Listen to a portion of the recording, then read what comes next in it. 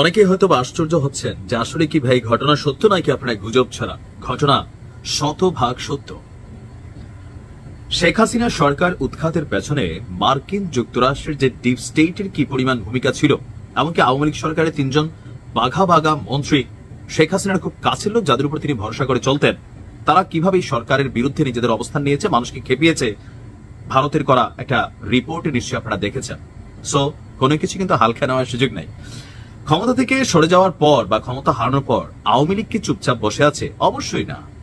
আওয়ামী লীগ সরকারকে উৎখাতের জন্য বিএনপি এবং জামাত যেভাবে লবিস্ট ফার্ম নিয়োগ করেছিল বা আরো বিভিন্ন ধরনের মিশন চালিয়েছিল, আর অনেকেই, এখানে অনেকের নাম এখন আসতেছে।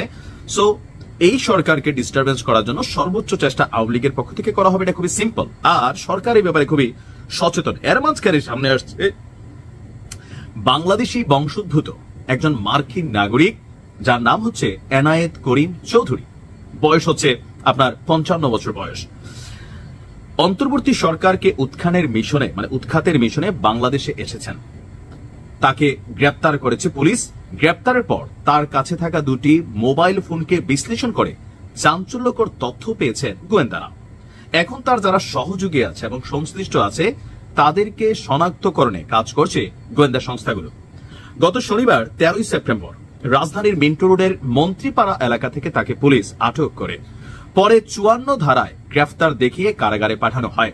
আর গত 14 সেপ্টেম্বর রমনা থানায় তার বিরুদ্ধে সন্ত্রাস বিরোধী আইনে মামলা দায়ের করা হয়েছে। 15 সেপ্টেম্বর আদালতে তার রিমান্ড শুনানি হওয়ার কথা রয়েছে। এখন মামলার এজাহারে কি আছে? এনআইতের কাছ থেকে প্রাপ্ত তথ্য উপাত্ত যাচাই বাছাই করে বর্তমান সরকারের বিরুদ্ধে ষড়যন্ত্রমূলক গুরুত্বপূর্ণ তথ্য পাওয়া গেছে। প্রাথমিক জিজ্ঞাসাবাদে জানা যায় তিনি আমেরিকার পাসপোর্টধারী এবং বাংলাদেশে বর্তমান অন্তর্বর্তী সরকারকে উৎখাতের উদ্দেশ্যে একটি বিদেশি গোয়েন্দা সংস্থা এজেন্ট হিসাবে দেশে এসেছেন। গত 6 সেপ্টেম্বর নিউ ইয়র্ক থেকে ঢাকায় এসে প্যান প্যাসিফিক সোনারগাঁও হোটেলে তিনি অবস্থান করছেন এবং পরবর্তী সময়ে রাজধানীর অন্য ঠিকানায় বসবাস করতে থাকেন। তিনি সরকারের নীতি নির্ধারক এবং বিভিন্ন রাজনৈতিক প্রভাবশালী নেতাদের সঙ্গে গোপনে বৈঠকও করেন। এছাড়া উল্লেখ আছে তিনি বর্তমান সরকার পরিবর্তন করে নতুন জাতীয় সরকার বা তত্ত্বাবধায়ক সরকার গঠনের পরিকল্পনা নিয়ে কাজ করছিলেন এবং সরকারি ও বেসরকারি উচ্চ পর্যায়ের ব্যক্তি, রাজনৈতিক নেতাদের সঙ্গে কথাবার্তা বলে তথ্যপাত্র যা পাইতেন তা বিদেশি গোয়েন্দা সংস্থাদের কাছে পাচার করতেন। এনায়েত করিম চৌধুরী নিজেকে অন্য দেশের গোয়েন্দা সংস্থার সাথে চুক্তিভিত্তিক এজেন্ট, সাময়িক চুক্তিভিত্তিক এজেন্ট, একজন কর্মকর্তা হিসেবে তিনি নিয়োজিত আছেন। তার কাছ থেকে পাওয়া তথ্য দেখা গেছে সরকারের নীতি নির্ধারক থেকে শুরু করে বিভিন্ন জায়গায় তার কমিউনিকেশন আছে। একটি হোটেল এবং গুলশানের একটি ফ্ল্যাটে অবস্থানকালে একাধিক গোপন বৈঠকও ইতিমধ্যে সেরে ফেলেছেন। মহানগর গোয়েন্দা পুলিশের ডিবির কর্মকর্তা বলছেন, এনআইতের মোবাইল ফোন এবং নথিপত্র বিশ্লেষণ করে আমরা গুরুত্বপূর্ণ তথ্য পেয়েছি।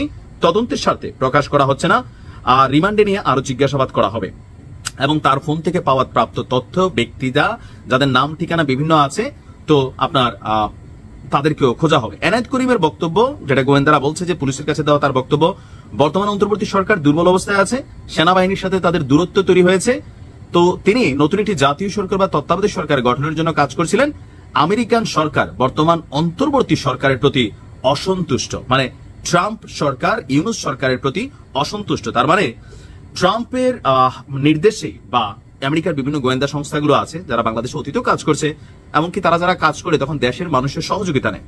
তো তার কি ট্রাম্পের নির্দেশে এই সরকার উৎখাতের পরিচালনা আমেরিকার সরকার যে এখন আচ্ছা। এমনকি গোয়েন্দাদের এনায়েত আরো জানিয়েছে, আগামী 21 অক্টোবরে সুপ্রিম কোর্টের রায় ঘোষণার পর তত্ত্বাবধায়ক সরকার ব্যবস্থা পুনঃপ্রতিষ্ঠিত হবে। কে সরকার প্রধান হবেন এবং কারা অংশ নেবেন তা আমেরিকা নির্ধারণ করবেন বলে এনায়েত উল্লেখ করেন। তা আপনি বুঝতেই পারতেছেন যে আমেরিকার নীল নকশা কোন পর্যায়ে চলে গেছে ডক্টর ইউনূস সরকারকে উৎখাতের জন্য। এখন এনায়েতের বক্তব্য সত্য হতে পারে, মিথ্যা হতে পারে, বাট আমরা গণমাধ্যমে যা পাইলাম খুবই ভয়ঙ্কর। ভালো থাকুন, সাবধানে থাকুন।